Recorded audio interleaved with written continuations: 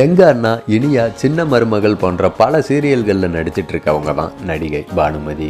இப்போ இவங்க YouTube channel ஒன்றுக்காக சகிலாவுக்கு பேட்டி கொடுத்துருக்காங்க. அதில் தன்னோட வாழ்க்கையில் கடந்து வந்த கசப்பான அனுபவத்தை கண்ணீர் மல்க கூறியிருக்காங்க. அதில் என்ன சொல்லியிருந்தாங்கன்னா, நான் பிறந்தது வளர்ந்தது எல்லாமே சென்னை தான். நான் சின்ன வயசில் ஸ்டேஜில் டான்ஸ் ஆடுவேன். அப்போ எனக்கும் டான்ஸ் மாஸ்டருக்கும் பழக்கம் ஏற்பட்டுச்சு. அவர் என்ன கல்யாணம் பண்ணிக்கிறதா சொன்னார். நாங்களும் 2 பேரும் வந்து வீட்டில் பேசி 2 பேருமே கல்யாணமும் பண்ணிக்கிட்டோம்.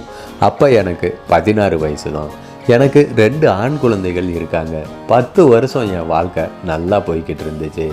அப்போ தான் என் கணவர் பஞ்சகாமால நோயால் உயிரிழந்தார். 2 குழந்தைகளோட என்ன பண்ணுறதுனே தெரியாமல் நின்று அந்த நேரத்தில் என்னோட கணவர் குடும்பமும் எனக்கு உதவி பண்ணலை. நான் தான் என் கணவரை கொன்னுட்டேன்ட்டு ரொம்ப பெரிய பெரிய பிரச்சனை எல்லாம் பண்ணாங்க. அவர் குடிச்சே செத்தார்.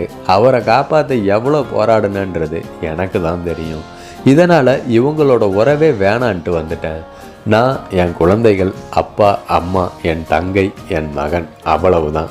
என் குடும்பத்துக்காக, குழந்தைகளுக்காக, அவங்களோட சாப்பாட்டுக்காக நான் சினிமாவில் துணை நடிகையாக 500 ரூபாய் சம்பளத்தில் நடிக்க ஆரம்பித்தேன்.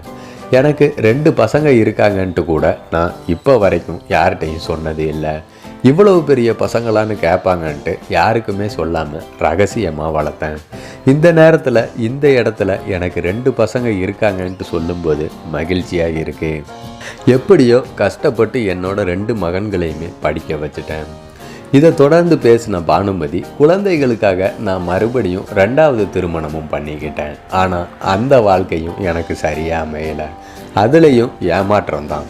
இதனால் எதுவுமே வேணான்ட்டு என் குடும்பத்துக்காக ஓட ஆரம்பித்தேன். எங்களுக்குன்ட்டு எந்த சொந்தமுமே இல்லை, நண்பர்களும் இல்லை. நாங்கள் செத்தா தூக்கி போடக்கூட ஆள் இல்லை. என்னோட வாழ்க்கையில் நான் பட்ட கஷ்டங்கள், போராட்டங்கள் இதெல்லாமே தாண்டி என் மகன்களை நான் நல்லபடியாக வளர்த்துருக்கேன். அவங்கள பெருமைப்பட வைக்கணும், அதுக்கு ஒரு மேடைக்காக காத்திருக்கேன்ட்டு பானுமதி கண்ணீர் மல்க பேசியிருக்காங்க. இவங்களோட இந்த பேச்சு பார்த்தீங்கன்னா ரசிகர்கள் கிட்ட மிகப்பெரிய வைரலில் போய்கிட்டு இருக்கு.